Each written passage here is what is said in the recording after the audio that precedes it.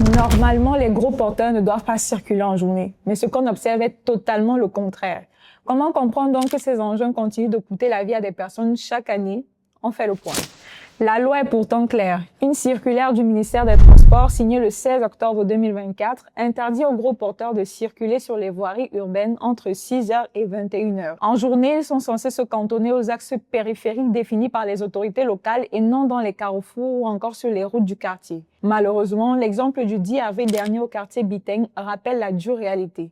Les gros porteurs continuent de circuler en journée dans les zones urbaines au mépris de la réglementation. Ces engins laissent également des traces sur les infrastructures routières. Surchargés, ils accélèrent la dégradation des voiries urbaines, creusent des nids de poules et fragilisent des routes déjà mal entretenues. Sur l'axe Douala-Yaoundé, les accidents qu'ils provoquent paralysent régulièrement la circulation sur des kilomètres, bloquant les échanges commerciaux entre les deux principales villes du pays. Le bilan humain et économique, lui, est très lourd. À Douala, sur la seule pénétrante est, 5319 accidents impliquant des poids lourds ont été recensés en 2021. Au niveau national, les accidents de la route font chaque année 4000 nouvelles personnes handicapées et coûtent 800 milliards de francs CFA à l'économie camerounaise. Face à ce bilan, l'État a lancé depuis décembre 2025 un système de vidéo-verbalisation automatisé. Des caméras intelligentes capables de lire une plaque, détecter un excès de vitesse sans aucune intervention humaine. Mais le ministère n'a toujours pas précisé comment les conducteurs fautifs seront réellement sanctionnés. Selon vous, pourquoi ces interdictions ne sont toujours pas respectées au Cameroun?